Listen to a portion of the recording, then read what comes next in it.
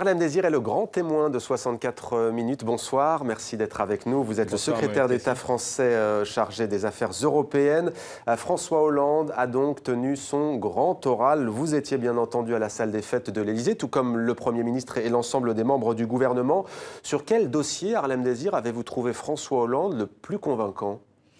D'abord, je l'ai trouvé très déterminé sur l'ensemble des grandes questions qu'il a eu à aborder, la situation en Syrie et la lutte contre le terrorisme, la question de l'accueil des migrants, des réfugiés et les valeurs qui doivent dicter notre conduite, et puis la poursuite des réformes, de la modernisation de l'économie en France, les réformes qui sont encore à mener pour la fiscalité, pour moderniser le droit du travail. C'est un président qui a confirmé un cap et qui a montré que rien ne le ferait dévier.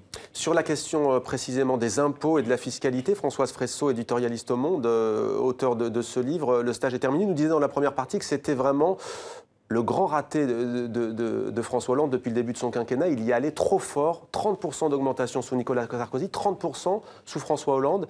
Est-ce que ce n'est pas là l'échec, si l'on peut dire pour l'instant, de François Hollande ?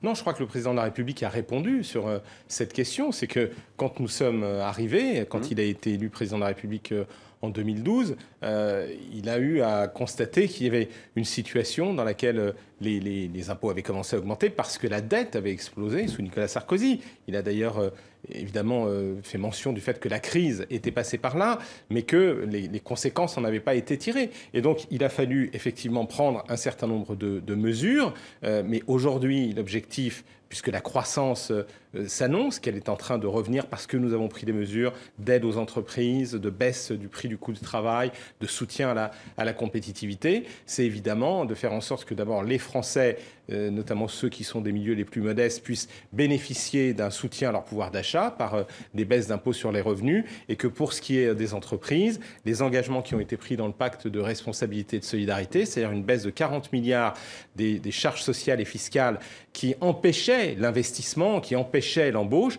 que ce cap soit absolument maintenu pour que la croissance étant là, l'emploi puisse redémarrer. Le président l'a dit, cette année, la croissance sera d'environ 1%, nous espérons même un peu plus, mais surtout l'an prochain, elle passera au cap de 1,5%. On sait qu'en France, c'est à partir d'1,2, 1,5% de croissance qu'on crée de l'emploi. Et puis, il faut surtout, dans cette bataille de la mondialisation, que la France reprenne confiance dans ses capacités d'innovation. C'est un pays d'ingénieurs, nous sommes un pays qui a de très grandes entreprises, mais il faut aussi soutenir les petites et moyennes entreprises, soutenir l'invention, l'innovation dans les domaines du futur, comme le numérique, soutenir la recherche. Et c'est cela qui est, encore une fois, l'orientation confirmée par le président de la République. Donc, ça passe aussi par des baisses d'impôts, donc des baisses de la dépense publique. Ce sont des choix courageux, qui ne sont pas faciles, mais qui sont indispensables. Alors les impôts, mais aussi donc la crise migratoire. Harlem Désir, la France s'engage à accueillir 24 000 migrants. C'est le minimum exigé par l'Union européenne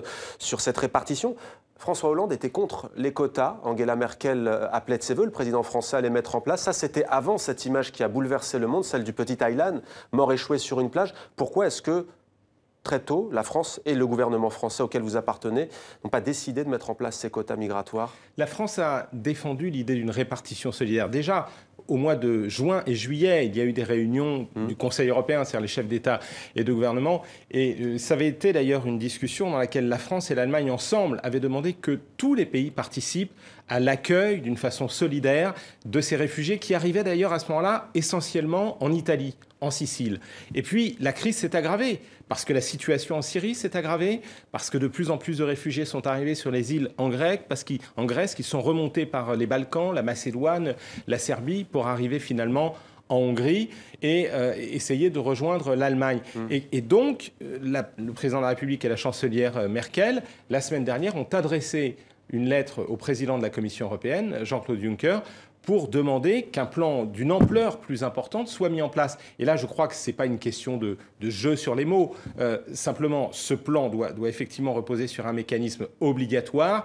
Nous ne pensons pas qu'il faille parler de quotas, parce que le quota, paradoxalement, ça voudrait dire qu'une fois qu'on a reçu une certaine quantité de réfugiés, on pourrait considérer qu'on ne doit pas accueillir les autres. Non, le droit d'asile, ça relève de conventions internationales, les conventions de Genève, ça relève des valeurs de l'Europe. Et face à cette horreur à laquelle on a assisté, y compris l'image d'Eilan, qui a été le symbole de l'horreur que vivent des milliers de migrants, parce qu'il y a déjà eu plus de 3000, malheureusement, migrants, réfugiés qui sont morts dans la Méditerranée ces derniers mois. Eh bien, il fallait que face à l'horreur, il y ait la réaction de l'honneur de l'Europe et l'honneur de la France, c'est d'accepter de s'engager d'une façon volontaire, mais sur la base d'une répartition qui devra être assumée par tous les pays de l'Union européenne. C'est pourquoi le président a parlé de quotas, mais de répartition obligatoire. Ouais. Vous étiez en Macédoine récemment, c'est un pays qui est peu médiatisé. Qu'est-ce que vous y avez vu s'agissant de ce drame des migrants? Ce que j'ai pu voir en Macédoine, notamment en me rendant à la frontière avec la Serbie, ce sont des milliers de migrants qui maintenant, chaque jour, arrivent de la Grèce, après avoir donc franchi eux-mêmes la Méditerranée depuis souvent les côtes de la Turquie, et qui remontent vers le nord de l'Europe. C'était il y a quelques semaines essentiellement des hommes, maintenant ce sont des familles. Ils viennent pour plus de 80% d'entre eux de Syrie, d'autres viennent d'Irak, certains viennent aussi de la Corne de l'Afrique, en particulier d'Érythrée. Donc ce sont des hommes et des femmes en détresse. Et c'est un petit pays qui est évidemment submergé et qui a besoin de l'aide européenne. Il y a des gens qui se mobilisent, il y a le HCR, le Haut Commissariat aux réfugiés, il y a la Croix-Rouge, il y a des ONG macédoniennes, les autorités aussi du pays qui distribuent de l'eau, de la nourriture pour faire une première aide d'urgence. Mais il est évident que cela montre deux choses. D'une part, que c'est une crise qui va être durable, parce que aujourd'hui, c'est plus de 3500 personnes par jour qui passent cette frontière entre la Macédoine et la Serbie et qui remontent vers l'Allemagne et vers le nord de l'Europe, et qu'il faut donc s'apprêter effectivement à accueillir d'une façon solidaire les 28 pays de l'Union européenne, pas seulement l'Allemagne, la justement, France, la mesure, parlons de solidarité. Et l'Autriche. Il faut tous nous accueillir. Et puis, il faudra qu'il y ait en Grèce, comme en Italie, des centres d'enregistrement pour que l'on puisse accueillir, dès qu'ils arrivent en Europe, les réfugiés, mais qu'on puisse aussi faire la distinction avec ceux qui ne sont pas des réfugiés politiques. C'est la condition pour accueillir les réfugiés et pour qu'il y ait un contrôle, une maîtrise de cet accueil. Mais il faut être capable de faire preuve de cette solidarité en même temps que d'une certaine fermeté dans le contrôle des frontières. Alors 24 000, donc ça c'est le chiffre pour la France. L'Allemagne, c'est 20 000 en l'espace d'un week-end, peut-être 10 000, je dis bien peut-être 10 000 pour cette seule journée de lundi. Historiquement, la France est une terre d'asile. Harlem Désir, comment expliquer cette différence qui est frappante? Ces images des Allemands qui accueillent en applaudissant les migrants font le tour du monde. On les découvre à nouveau ici. Alors il y a bien entendu des familles en France qui à l'échelle locale prennent des initiatives. Un village dans l'Yonne qui a accueilli 19 réfugiés syriens dont 8 enfants. Comment expliquez-vous cette différence tout de même d'approche entre l'Allemagne et la France, par exemple? D'abord, c'est vrai qu'aujourd'hui, la plupart des migrants veulent aller en Allemagne parce que c'est un pays où ils savent qu'il y a peut-être le plein emploi et donc il y a une attirance vers à la fois un pays qui est de l'Union européenne et ils veulent aussi pour certains venir en France, mais qui leur semble leur offrir plus de perspectives. Et il y a aussi un certain nombre de communautés qui sont déjà très présentes en Allemagne. Donc les gens, c'est le cas aussi pour la Suède. Vous savez, aujourd'hui des migrants avec des qui attaches familiales notamment parfois. Depuis très longtemps, la Suède est un pays qui a accueilli beaucoup de réfugiés syriens. Donc aujourd'hui même, par exemple, il y a des réfugiés qui ont essayé de passer du Danemark. Ils étaient venus d'Allemagne jusqu'au Danemark. Ils ont essayé de remonter vers la Suède. Donc il faut qu'il y ait une organisation de cet accueil. Je voudrais dire qu'en France, il y a des villes, vous l'avez vu, qui se sont portées volontaires. Je pense à Lille, évidemment, mais aussi à beaucoup de villes, à Alfortville. Mais dans le Val-de-Marne, des initiatives, il y en a beaucoup. Mais pourquoi dans le discours politique, on a le sentiment qu'il y a une gêne parce qu'il va y avoir bientôt des élections et qu'il y a une gêne dans un pays où le Front National, l'extrême droite, est à plus de 20%. On a le sentiment qu'à gauche, au gouvernement, il n'y a pas de voix qui s'élève de manière très dure pour dénoncer ce que vivent ces gens et pour appeler à les accueillir, comme l'ont fait des dirigeants de gauche et de droite en Allemagne. Aujourd'hui, le président de la République a fait une déclaration très importante en disant que la France était prête à accueillir 24 000 réfugiés. Et le ministre de l'Intérieur, Bernard Cazeneuve, vient de détailler le fait que nous allions accueillir 1 millier de réfugiés qui sont actuellement en Allemagne et qui sont à la frontière entre l'Autriche et l'Allemagne, que nous avions envoyé des officiers de l'OFPRA, l'Office français pour les réfugiés et apatrides, pour leur permettre d'être accueillis dans des centres en Île-de-France. Avec le Premier ministre, nous nous étions rendus à Calais il y a exactement une semaine pour aussi nous assurer des meilleures conditions d'accueil d'hommes et de femmes qui essayent d'aller en Angleterre, où pour l'instant, ils ne sont pas acceptés, et faire en sorte que ceux qui viennent, qui sont persécutés, qui ont besoin de protection, qui viennent de dictatures ou de pays en guerre, des Syriens, des Érythréens, puissent être accueillis en France. Donc la France est un pays qui, tous les ans, accueille déjà beaucoup d'immigrés. Indépendamment de cette crise des réfugiés, c'est un pays ouvert, les Français le savent, parce qu'il y a des étudiants étrangers, il y a des travailleurs étrangers, il y a le regroupement familial. C'est un pays, la France, qui accueille 200 000 migrants de façon légale tous les ans, et qui, aujourd'hui, par la voix du président de la République, a réaffirmé qu'en vertu de nos valeurs, nous étions prêts à accueillir 24 000 réfugiés supplémentaires au titre de la solidarité européenne. Alors Harlem Désir, François Hollande, le président de la République française, était très attendu également sur un autre dossier qui est bien entendu lié. Vous venez de citer à plusieurs reprises la Syrie. François Hollande a annoncé dès demain des vols de reconnaissance en vue d'éventuelles opérations aériennes contre ce qu'on appelle l'organisation État islamique.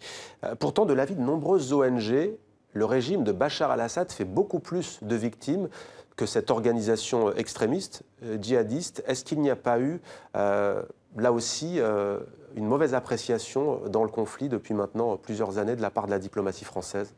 Je crois que la diplomatie française et le président de la République, au contraire, ont montré, notamment quand il a été prouvé que le régime de Bachar al-Assad avait utilisé l'arme chimique, que nous étions prêts, nous, à une intervention internationale. Mais nous n'avons pas été suivis.